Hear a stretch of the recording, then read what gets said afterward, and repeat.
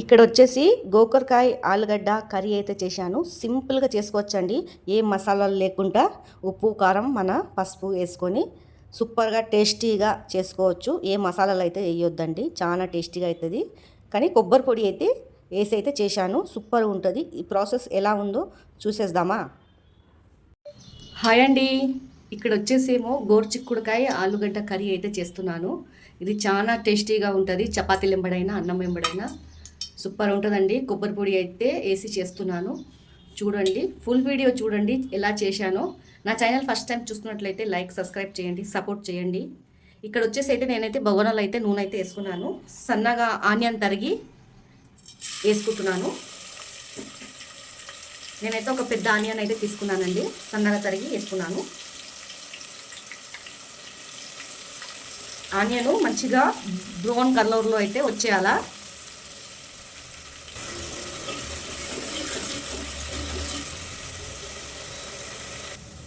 చూడండి, ఆనియన్ ఇట్లా బ్రౌన్ కలర్లో లాగా రావాలండి, పచ్చి వాసన ఉంటుంది. అల్లం పేస్ట్ వేసుకోవాలండి. పచ్చి వాసన పోయే వరకు అల్లం కూడా బాగా వేగాల ఆనియన్ ఎంబడి.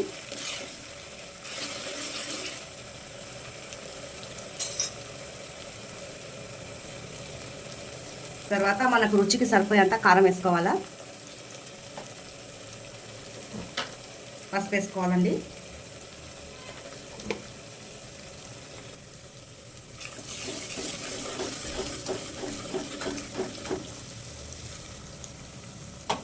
కోసింది ఆలుగడ్డ గోకరకాయ అయితే వేసుకోవాలండి.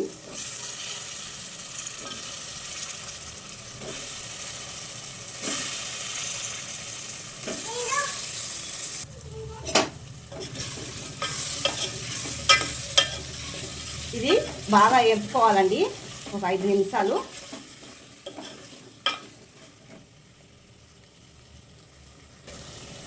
రుచికి సరిపోయేంత ఉప్పు వేసుకోవాలా, కలిపేసుకోవాలండి.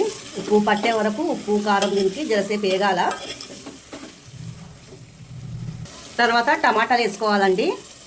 ఒక 2 టమాటాలు అయితే తీసుకున్నాను నేను.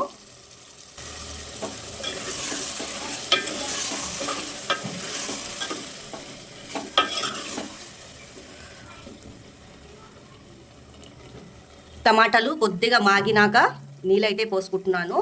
అది ఉడికే వరకు అయితే నీళ్ళైతే పోసుకోవాలండి.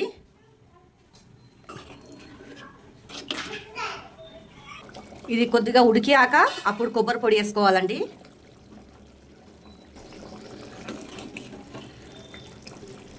కరివేపాకు వేసుకోవాలా.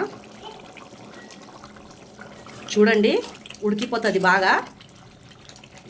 గ్రేవీ లాగా చేసుకోవాలా, సింపుల్గా అండి. గోకరకాయ ఆలుగడ్డ ఇది మన కొబ్బరి పొడి వేసి చేస్తే చపాతీలు ఎంబడైనా అన్నం ఎంబడైనా సూపర్గా ఉంటుంది. ఏ మసాలాలు లేకుండా ఉట్టి కొబ్బరి పొడి వేసి ఉప్పు కారంతో టేస్టీగా అవుతుంది. ఎందుకంటే చాలామంది మసాలాలు తినరు కదా, సింపుల్గా ఇలా చేసుకోవాలా. కర్రీ అయితే రెడీ అయిపోయిందండి. చూడండి, బాగా ఉడికిపోయింది మెత్తగా. ఆలు చిక్కుడు గోకరకాయ మెత్తగా అయితే ఉడికిపోయిందండి. తర్వాత కొత్తిమీర వేసుకొని అయితే దింపుకోవాలా. చాలా టేస్టీగా ఉంటుంది. చపాతీలు ఎంబడైనా అన్నం వెంబడైనా బాగుంటుందండి. పిల్లలైనా పెద్దోళ్ళైనా మంచిగా తింటారు. ఫుల్గాలు చపాతీలు దాని వెంబడి. మీకు ఈ కర్రీ నచ్చినట్లయితే కామెంట్ చేయండి.